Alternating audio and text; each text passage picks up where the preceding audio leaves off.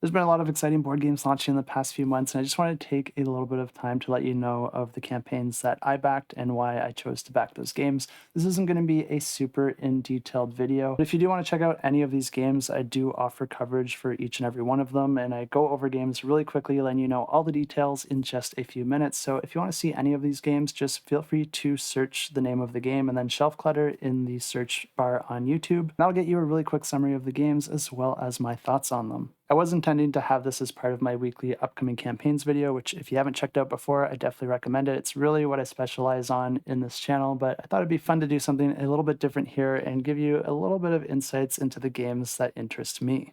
I do normally back everything at $1, and then I decide later if I want to back it, just because I don't always have the money right on hand. And it does allow me to budget a little bit and then see what the entire campaign is offering when I do finally make that decision. And also I do live in Canada, so those shipping charges might change for the better or worse. And it's just good to know that before I do fully dive in with the pledge. My most recent ones are going to appear at the top here with my active pledges with Emerald Skulls, which I mentioned in my last video looks like a ton of fun. It's more of a party push your luck gambling style game, but it keeps all the players engaged pretty much at all times. I think this is going to be a hit for me and my friends, so I will be adding that to my collection either through the campaign or later through retail, depending on what that final pricing looks like. And then we have Brink, which I do think looks like a lot of fun. I think it's a really tight game in a not too large of a package. I am a huge fan of Moonrakers, and this does borrow some of the mechanisms from that game, although I would say that this one is very different. Not 100% bought in on this one yet, but other reviewers seem to absolutely love this game, so I'd say there's about a 90% chance that I will be backing it.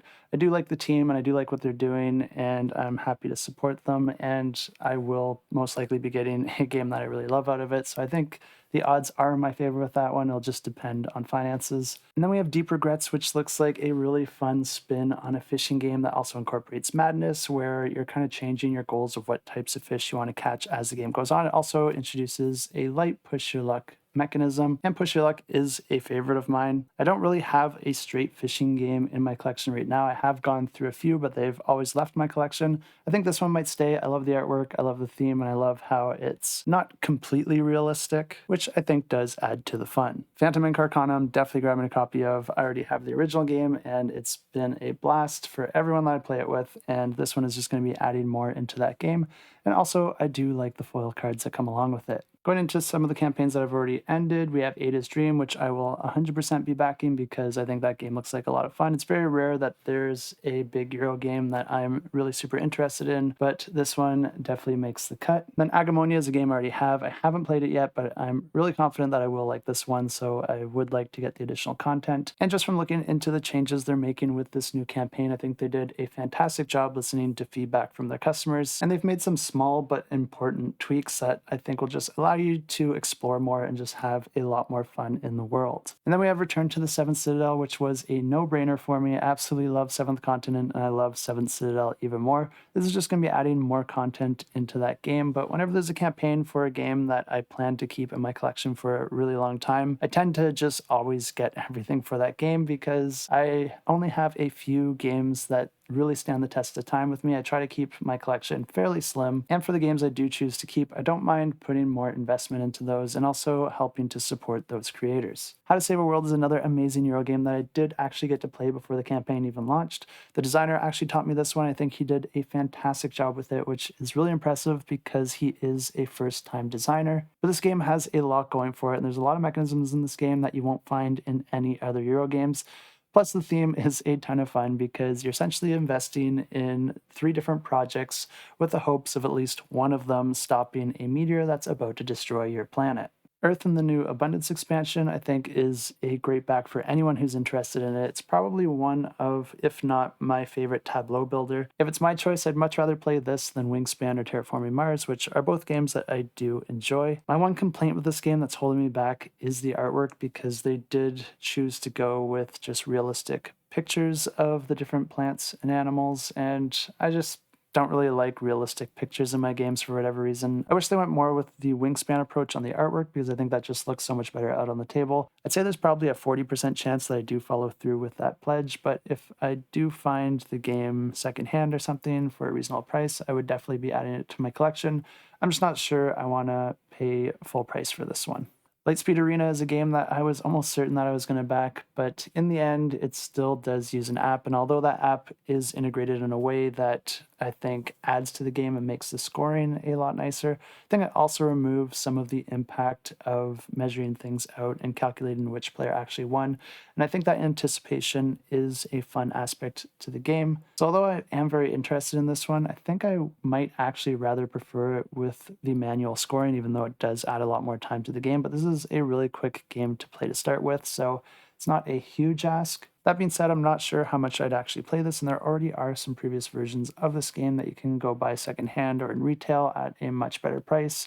So I might just end up going that route instead. Epochs Course of Culture looks like a really well-designed civilization game, and I do see a lot of similarities with one of my favorite civilization games, which is Nations, which for whatever reason I don't currently have in my collection. I'm tempted to back this one because I think I might actually like it more than Nations, but that is a really tall order because I do like that game quite a bit. So this one's a little bit more risky. I generally don't back campaigns when I do feel like there's this much risk involved because I could back this one and hopefully I like it more than Nations, or I could just go buy Nations right now, probably for a better price, and get a game that I know I already love. I don't know if I'll go through with this one or not, but if they do have a tabletop simulator version of the game, it would probably be a good idea for me to try and play that first, if I can find the time. Amsterdam Board Game Design Season 1 is actually a collection of 3 games, and of those 3 games, I'm really interested in 2 of them, but the collection of the games is at a very reasonable price, and for those 2 games, I think they would get a lot of playtime in my collection.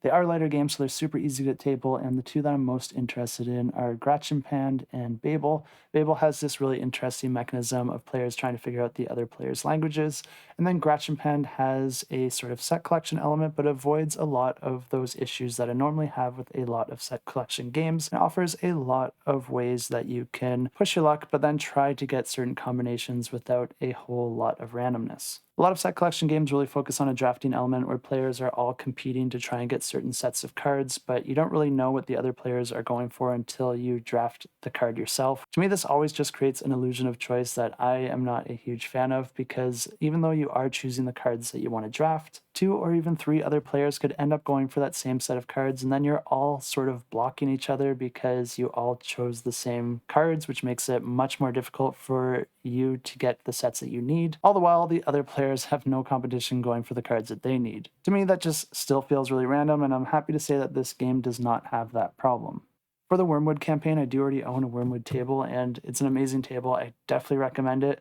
But when I bought this, I think it was like $600 or $700, and I think they've like quadrupled that price. So I wouldn't be backing this for the table, at least not in my current financial situation. But I was interested in their economy chairs because I would like to get a set of chairs that match the table. But they ended up going with the metal legs rather than the wooden ones, and I don't really think that looks very nice. And then it's still like $700 or $800 to actually get those chairs, so I think I'd rather just save my money for now. I can probably find some pretty nice chairs at a more reasonable price locally rather than going through the campaign. Although if I did have a bit more disposable income, I probably would just go for the actual chair set for this table because their chairs look really nice, and I haven't been able to find anything that looks even close to as good as those anywhere else that I've been looking.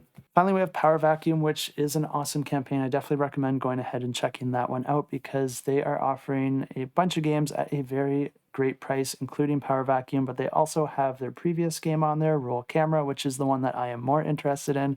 And that is the reason that I end up backing this campaign. And if you do back for that, adding Power Vacuum onto the pledge is actually a very small increase in price. So I just ended up doing that anyway. It does look like a good game, but I would guess that it's probably not going to stay in my collection, but I'm happy to gift it to a friend or family member that might like the game more than me. Thanks so much for tuning in, and if there's any campaigns that you're super excited about, feel free to leave a comment down below. If you think there's a game that I might like that I should definitely check out, I'm always interested to hear about it. But as always, thanks so much for tuning in, and until next time, keep that shelf cluttered and the table full.